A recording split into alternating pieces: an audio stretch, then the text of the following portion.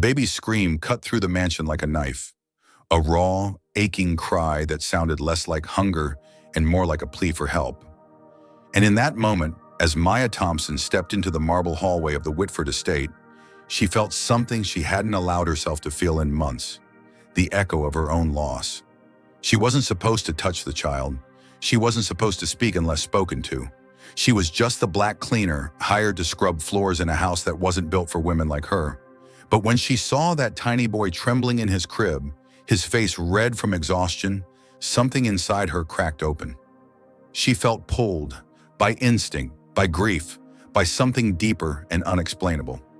And if you stay with this story, you will witness the moment one forbidden act changes every life in this mansion forever. Maya Thompson stepped off the early morning bus into Buckhead, the richest neighborhood in Atlanta, and for a moment she felt the familiar pinch in her chest. Not from the cold, but from the way the silence here carried judgment. It was her first day working inside the Whitford mansion, a place she had only ever seen from afar, shimmering behind iron gates like a world that wasn't built for people who looked like her. Maya, 27, a black woman with quiet eyes and a tired soul, adjusted her simple uniform and walked toward the sprawling white stone estate. She had lost everything just months earlier: her unborn son, her home, her sense of direction.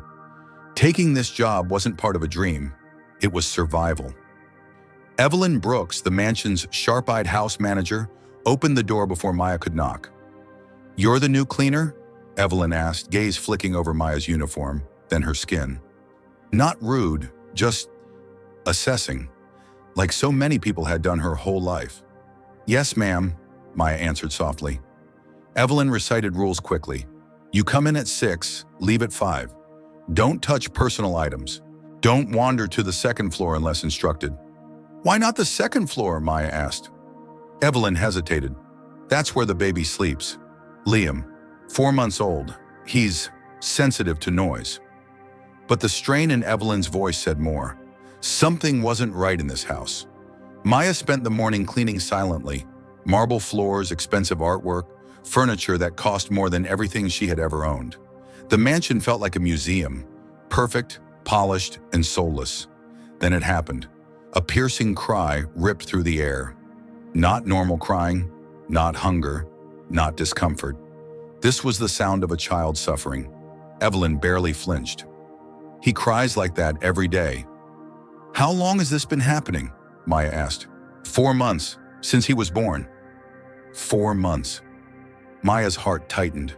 She knew pain, every shade of it.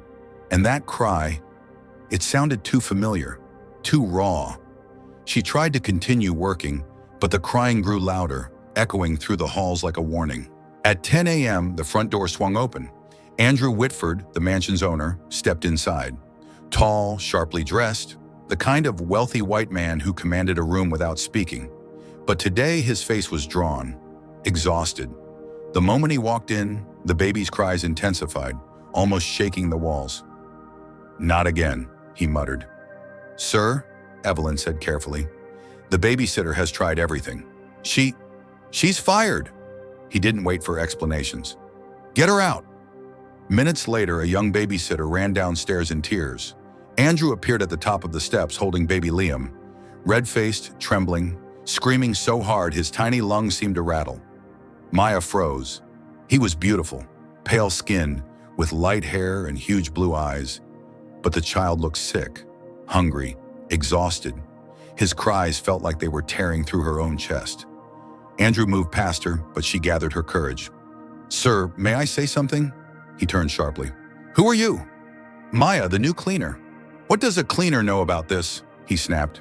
His words stung, but she swallowed it. She had heard versions of that line her whole life.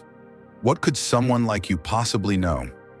"I've cared for babies before," she said gently, "and 8 professional nannies couldn't figure it out." "But you will?" he shot back. Maya's throat tightened.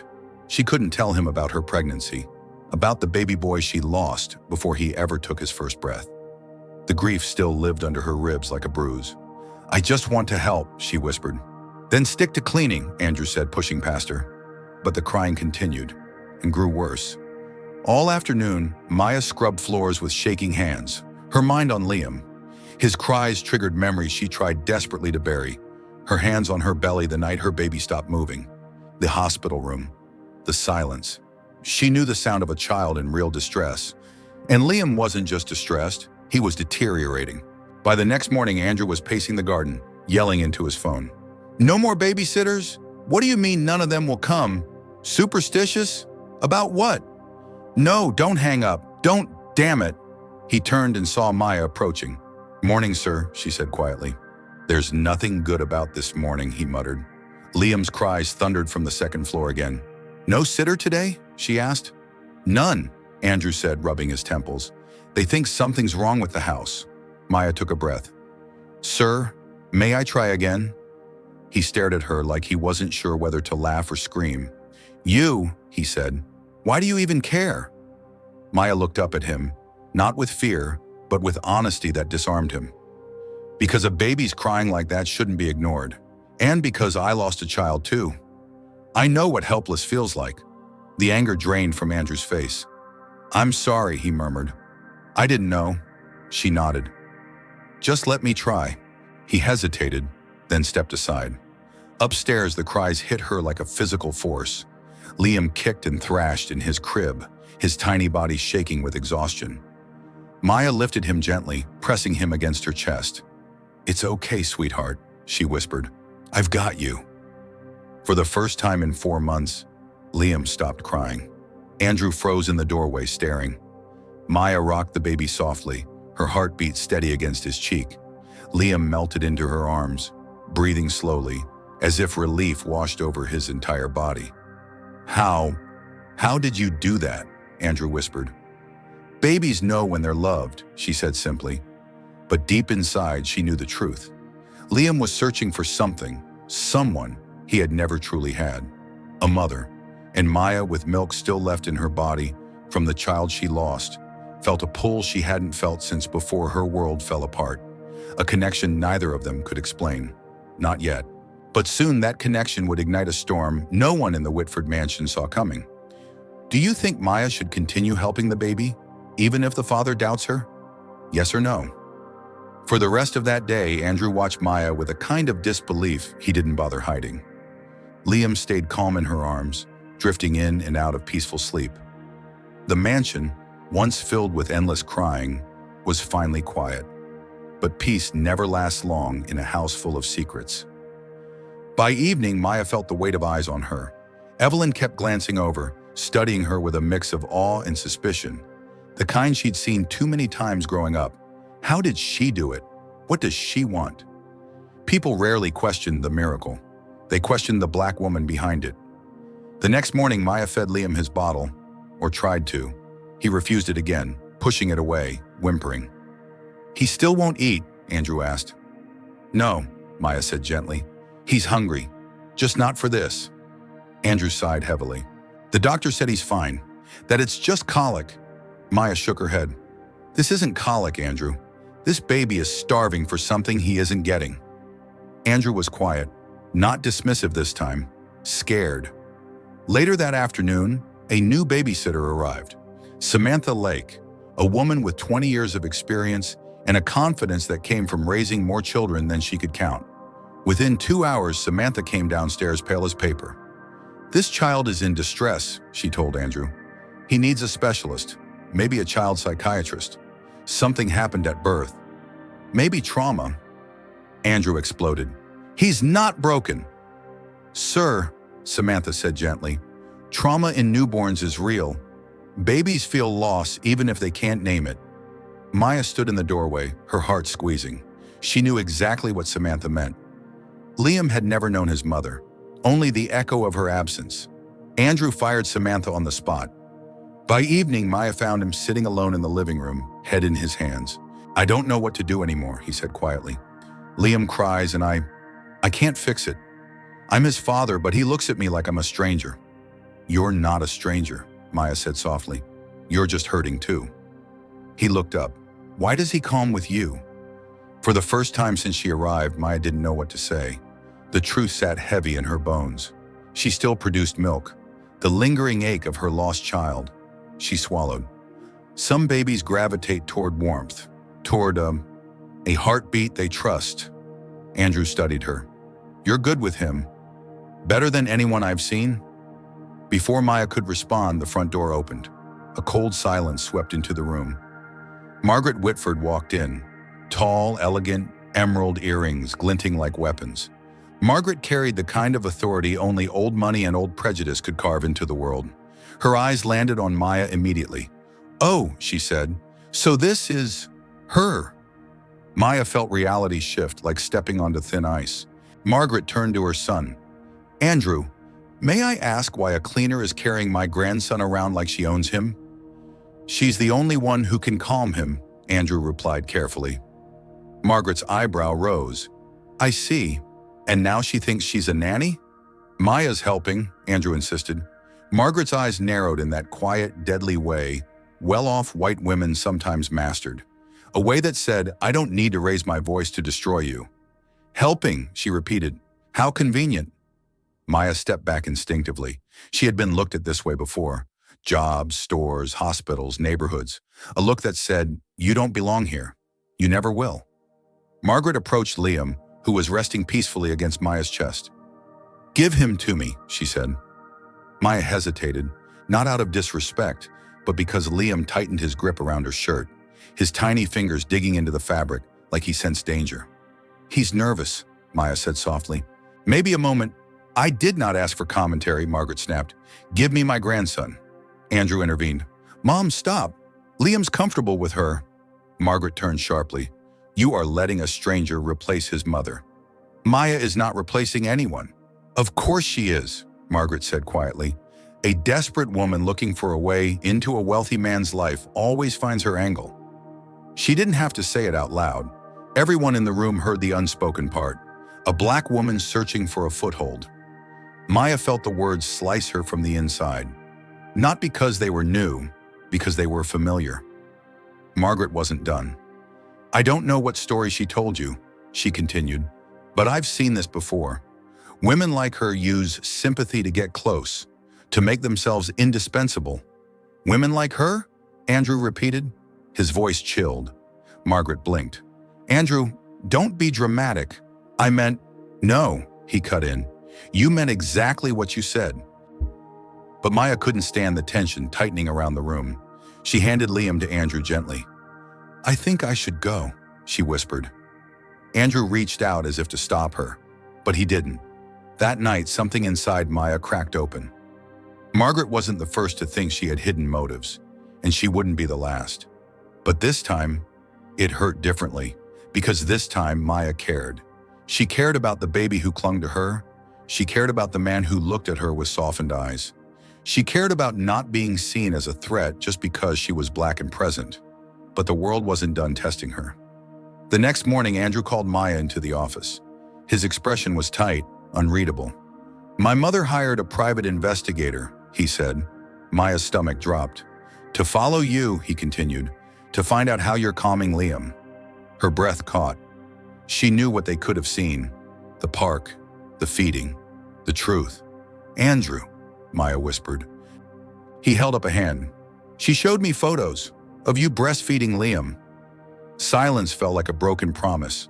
She felt the air leave her lungs. "Why didn't you tell me?" Andrew asked softly. Not angry, hurt. "I thought you wouldn't understand," Maya said, voice trembling. "He was starving. Nothing soothed him. And I..." She couldn't finish. The guilt, the fear, the grief, everything spiraled. "Maya," he said, "you lied. I saved him. You hid something huge from me." "Because I knew people would twist it," Maya whispered. "People like your mother. They'd say I'm dangerous, manipulative. They'd say it because of the color of my skin." Andrew's face softened, but only for a second. "I need to think," he said finally. The 4 words that break the strongest hearts. For the rest of the day, he avoided her. Liam cried, really cried, for the first time since Maya arrived. Maya tried to help, but Andrew gently pushed her away. Hours later, after the house fell silent, Maya sat on the front steps alone. The night air brushed her skin, and for the first time since coming here, she let herself cry. She had saved Liam's life. She had given everything she could, And still, she was the one under suspicion. Still, she was the one being judged for a choice born out of love. She thought she had found a place where she mattered. But the world had a way of reminding Black women how quickly that sense of belonging could be taken from them. The morning after everything fell apart, Maya woke with the heavy feeling of someone who already knew the day would hurt. She packed her small tote bag, unsure if she should return to the Whitford mansion. But her heart decided for her. Liam needed her, even if Andrew didn't want her anymore. When she arrived, the front door was slightly open. Inside, she heard Andrew's voice, tight, panicked, raw. "Please, Liam, just eat. Please, buddy, just a little." The baby's screaming echoed down the staircase, trembling with desperation. It was the sound of hunger, pain, and absence. Maya rushed inside. Andrew spun toward her. "He's refusing everything," he said, voice breaking. "He's losing weight. He vomits the bottle. Nothing works." "I told you this might happen," Maya whispered. "I know," he whispered, but his eyes avoided hers. I don't know how to fix this." He wasn't just overwhelmed, he was terrified. Before either of them could speak again, Andrew's phone rang. A look of dread crossed his face as he listened. "It's the pediatrician," he muttered. "He wants Liam admitted immediately." At the hospital, nurses hooked Liam to IV fluids. The sight of his tiny arm taped down made Maya's chest ache. She stood beside Andrew, both of them watching helplessly as doctors whispered outside the room. When Dr. Christopher Hale entered, his expression was serious. "Liam's dehydrated and dangerously malnourished," he explained. "His body is in distress from lack of proper intake." Andrew rubbed his forehead. "But we tried feeding him." Dr. Hale raised a hand. "Mr. Whitford, this kind of decline doesn't happen overnight. Something changed in his feeding pattern recently." Andrew swallowed, hard. He was breastfeeding, then he stopped. Dr. Hale nodded slowly. "If a baby becomes accustomed to breast milk and then abruptly loses access, especially after trauma at birth, the withdrawal can be severe. His system may not adjust easily." "So what do we do?" Andrew asked, voice cracking. "If breast milk is available, it should be reintroduced. Emotionally and medically, it appears to be what this baby needs most right now." Andrew's eyes shifted to Maya. Reality hit him like a brick. He needed her. But more importantly, Liam needed her. "Maya," Andrew said softly, would you be willing?" She didn't let him finish. She stepped forward, tears already forming. "For him? Always." The nurses created a privacy curtain. Maya gathered Liam in her arms, so frail, so exhausted, and held him tightly. The moment his cheek brushed her skin, his screaming stopped. His body relaxed, his breathing steadied. He remembered her. He latched instantly, drinking desperately, like life itself had returned. Andrew covered his mouth with his hand, overwhelmed. Dr. Hale whispered, "This bond is extraordinary." But for Maya, it wasn't extraordinary. It was love. It was healing for both of them. Over the next several days, Maya came to the hospital twice a day. She fed Liam, held him, sang to him, songs her grandmother used to sing on quiet southern nights, songs full of love, family, and faith. Liam gained weight. His skin warmed. His eyes brightened. Andrew watched every moment, and for the first time in his life, he understood something he had been blind to. Love didn't follow bloodlines. Love followed presence, sacrifice, and the courage to show up again and again, even when no one else would. One evening, as Liam slept peacefully in Maya's arms, Andrew approached her outside the hospital room. "Maya," he said quietly, "you didn't just save my son. You saved me." She blinked. "I didn't do anything special." "Yes, you did," he said. "You fought for him when I was too scared to face the truth." Maya looked down. "Your mother thinks I want something from you." Andrew shook his head. "I think my mother doesn't understand how strong you are. She's lived her whole life believing she can control everything. But she can't control this." He paused. "She can't control love." Maya's heart skipped. "Andrew, I'm not saying this because I'm grateful," he continued.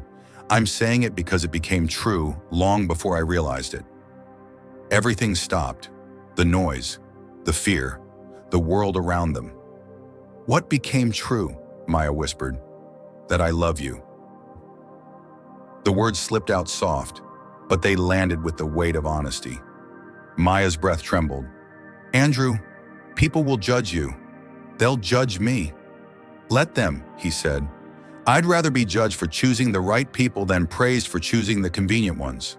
She felt light, terrified, safe, all at once. "What about your mother?" she asked. Andrew exhaled. "That's a battle I'm willing to fight." A week later, Liam was healthy enough to return home. When they walked into the mansion, Margaret was waiting in the living room. Her eyes went to Maya, cold, sharp, accusatory. "So," Margaret said stiffly, "I suppose we're calling her the hero now?" Andrew stepped forward. "She is the hero," Margaret scoffed. "Please. She created dependence so she could stay. Classic manipulation." "No," Andrew snapped. "She didn't create dependence. She created survival." Margaret's face hardened. "You're making a fool of yourself." "Take maybe," Andrew replied calmly. "But at least I'm choosing what's right." Before Margaret could reply, Liam began fussing. He looked from her to Maya, then reached out desperately toward Maya. The truth was undeniable. Even Margaret felt it. For the first time, her expression faltered. Something cracked in her wealthy, polished armor. Guilt, pain, recognition. She whispered, almost too low to hear, "He really does need you." Maya swallowed gently. "He needs love, whoever gives it." Margaret turned away, shaken, but her voice softened. "I misjudged you." "Many people do," Maya said gently. "But I don't blame you." Margaret's eyes glistened, just barely. "Thank you for saving my grandson." It wasn't acceptance, but it was a beginning. Months passed. The Whitford mansion changed. It felt less like a museum, more like a home. Liam grew, laughed, and thrived. Andrew and Maya's bond deepened into something steady, something honest, something that felt like fate finally giving them both a second chance. One sunny afternoon, Andrew knelt in the garden, holding a small velvet box. "Maya Thompson," he said, voice trembling, "will you marry me and officially join the family you already saved?" Maya covered her mouth, tears falling freely. "Yes," she whispered, 1,000 times yes. When they married, Margaret stood beside them, not perfect, not healed, but trying. And sometimes trying is the bravest form of love. As for Liam, he giggled in Maya's arms during the vows, touching her cheek like he somehow understood he was the reason all of this happened. A baby who wouldn't stop crying became the one who brought them all together. A family built not by blood, but by courage, compassion, and the kind of love that rewrites the rules. What did you feel when Maya stepped in to save Liam? Did it touch your heart, yes or no? Do you believe love can overcome prejudice if people are willing to change, yes or no? If you enjoyed this story, comment 111 below and tell me which country you're watching from. And don't forget to share this video so more people can hear Maya's beautiful journey.